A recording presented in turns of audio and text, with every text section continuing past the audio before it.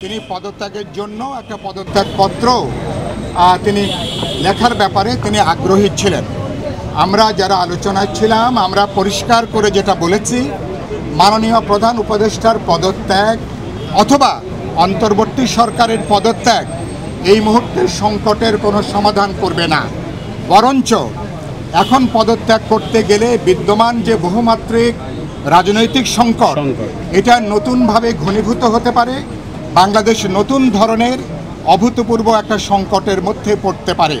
আমরা পরিষ্কার করে বলেছি, মাঝ নদীতে মাঝি বদলাতে হয় না। আমরা সেজন্য কথাটা বলেছি যে আমরা রাজনৈতিক দলগুলো আপনি এবং আপনার সরকারের উপরে আমরা আস্থা রাখতে চাই, কিন্তু সাথে সাথে যে কথাটা আমরা যোগ করেছি, কিন্তু গত বেশ কিছুদিন চরিত্রের দিক থেকে আপনার একটা দল নিরপেক্ষ সরকার, কিন্তু আমাদের কাছে মনে হয়েছে রাজনৈতিক দল এবং জনগণের কাছে দল নিরপেক্ষ চরিত্র বৈশিষ্ট্যটা অনেক ক্ষেত্রে আপনারা বজায় রাখতে পারছেন না। সেদিক থেকে আমরা বলেছি আপনার উচিত হবে আপনি এবং আপনার সরকারের যে আমরা আপনাকে যে ম্যান্ডেট দিয়েছি অভূতপূর্ব গণ অভ্যুত্থানের মধ্য দিয়ে সবার কাছে আপনি সমানভাবে সবাইকে বিচার করবেন। আপনার নজরে সবার গণতান্ত্রিকভাবে সেটাকে আপনি বিচার বিবেচনা করবেন। আপনার দল নিরপেক্ষ চরিত্র বৈশিষ্ট্য আপনি অক্ষুণ্ণ রাখবেন। আমরা পরিষ্কার করে বলেছি আমরা আপনার সরকারের মধ্যে এক সরকারের মধ্যে আমরা একাধিক সরকার দেখতে চাই না। আমরা প্যারালেল অনেকগুলো সরকার কাজ করছে বলে আমরা দেখছি, জনগণের কাছে মনে হয়েছে। আমরা বলেছি আপনার নেতৃত্বে আমরা এরকম একটা গুরুত্বপূর্ণ ক্রান্তিকালে আমরা একটা সরকার বাংলাদেশে আমরা দেখতে চাই।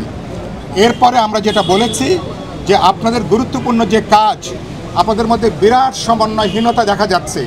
একটা ইস্যুতে এক এক উপদেষ্টা এক এক রকমের বক্তব্য দিচ্ছেন, কোনটা সরকারের বক্তব্য আর কোনটা ব্যক্তিগত বক্তব্য, অনেক সময় এটাকে পার্থক্য করা যায় না। কথাটা আমরা খুব খোলামেলাভাবে বলেছি। আরেকটা বলেছি আপনারা বেশ কিছু পদক্ষেপ নিতে যাচ্ছেন বলে গণমাধ্যমে বেরিয়েছে, যার সাথে আমরা বলেছি মানবিক করিডোর, চট্টগ্রাম বন্দরের মতন ইস্যু, যার সাথে স্বাধীনতা, সার্বভৌমত্ব, জাতীয় নিরাপত্তার প্রশ্নগুলো নানাভাবে যুক্ত আছে। রাজনৈতিক দলগুলোর সাথে এনগেজ না করে, আলাপ আলোচনা না করে, কথাবার্তা না বলে এ ধরনের কোনো সিদ্ধান্ত অন্তর্বর্তীকালীন সরকারের নেওয়া উচিত হবে না। আর এই সমস্ত সংবেদনশীল নিরাপত্তার যুক্ত বিষয়গুলো ভবিষ্যতে নির্বাচিত সরকার, নির্বাচিত জনপ্রতিনিধিরাই এ ব্যাপারে সিদ্ধান্ত নেওয়া উচিত। সমস্ত কিছু আপনাদেরকে করে যেতে হবে এরকম চিন্তা না করাটা ভালো। আমরা পরিষ্কার করে বলেছি আপনাদের তিনটা বড় দাগের কাজ, যে বিচারটা চলছে আপনারা সম্ভব স্বল্পতম সময়ে বিচারটাকে দৃশ্যমান করবেন, বিচারটাকে কার্যকারীভাবে মানুষ দেখতে চায়। 2 নম্বর আমরা বলেছি যে ইতিমধ্যে সংস্কারে যে তৎপরতাটা চলছে, আমরা বলেছি আগামী 15 থেকে 1 মাসের মধ্যে আমরা যেভাবে ঐক্যমত কমিশনকে সহযোগিতা করেছি, যদি আপনাদের রাজনৈতিক সদিচ্ছা থাকে আগামী 1 মাসের মধ্যে যেসব প্রশ্নে ন্যূনতম ঐক্যমত আছে আমরা আলাপ আলোচনা করে বোঝাপড়া করে একটা জাতীয় সনদ আমরা স্বাক্ষর করতে পারবো, যেটা একটা ম্যাগনা কার্টার মতন অথবা এই মুহূর্তে একটা সনদ হিসাবে যেটা বিবেচিত হবে।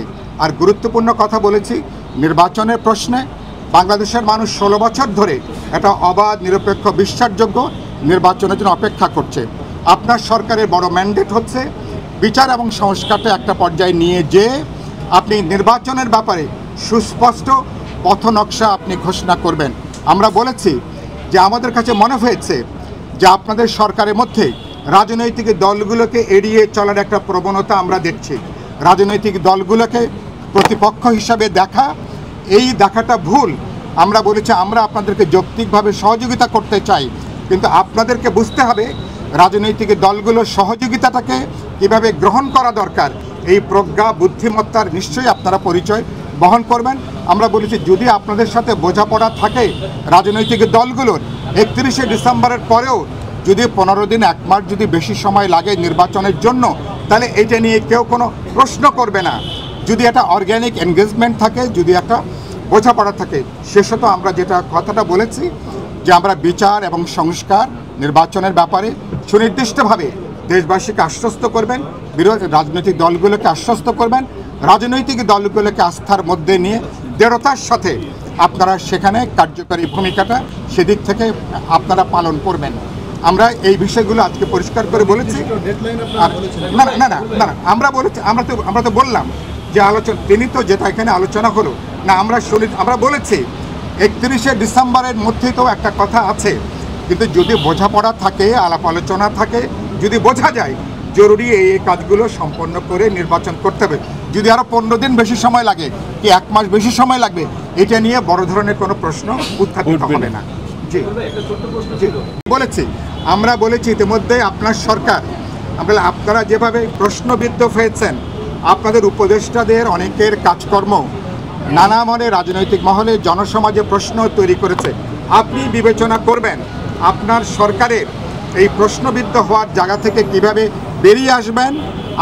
আমরা কোনো নামের কথা প্রস্তাব করিনি, কিন্তু আমরা এটা বলেছি যে আপনি এই ব্যাপারে বিতর্কিতের ব্যাপারে কি সিদ্ধান্ত নেবেন সেটা আপনার উইজডমের উপরে, আপনার প্রজ্ঞার উপরে বিষয়টাকে আমরা দেখতে চাই। এবং এবার এই আলোচনার পরে জাতির উদ্দেশ্যে আপনি একটা ভাষণ দেবেন এবং এখন যে সমস্যাটা তৈরি হয়েছে এই সমস্যার সংকটটা যে আমরা ঐক্যবদ্ধভাবে মোকাবেলা করতে চাই, আপনি রাজনৈতিক দল জনগণকে আশ্বস্ত করবেন।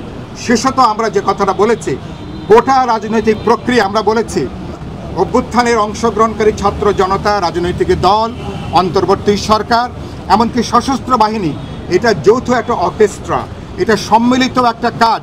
সুতরাং সবাইকে আস্থার মধ্যে নিয়ে কীভাবে বাংলাদেশ গণতান্ত্রিক অভিযাত্রার পথে হাঁটবে, বিচার এবং সংস্কার সম্পন্ন করে এ ব্যাপারে আপনারা নেতৃত্ব প্রদান করবেন, সেই জায়গাটাকে আমরা দেখতে চাই। এইটুকু আমরা বলি।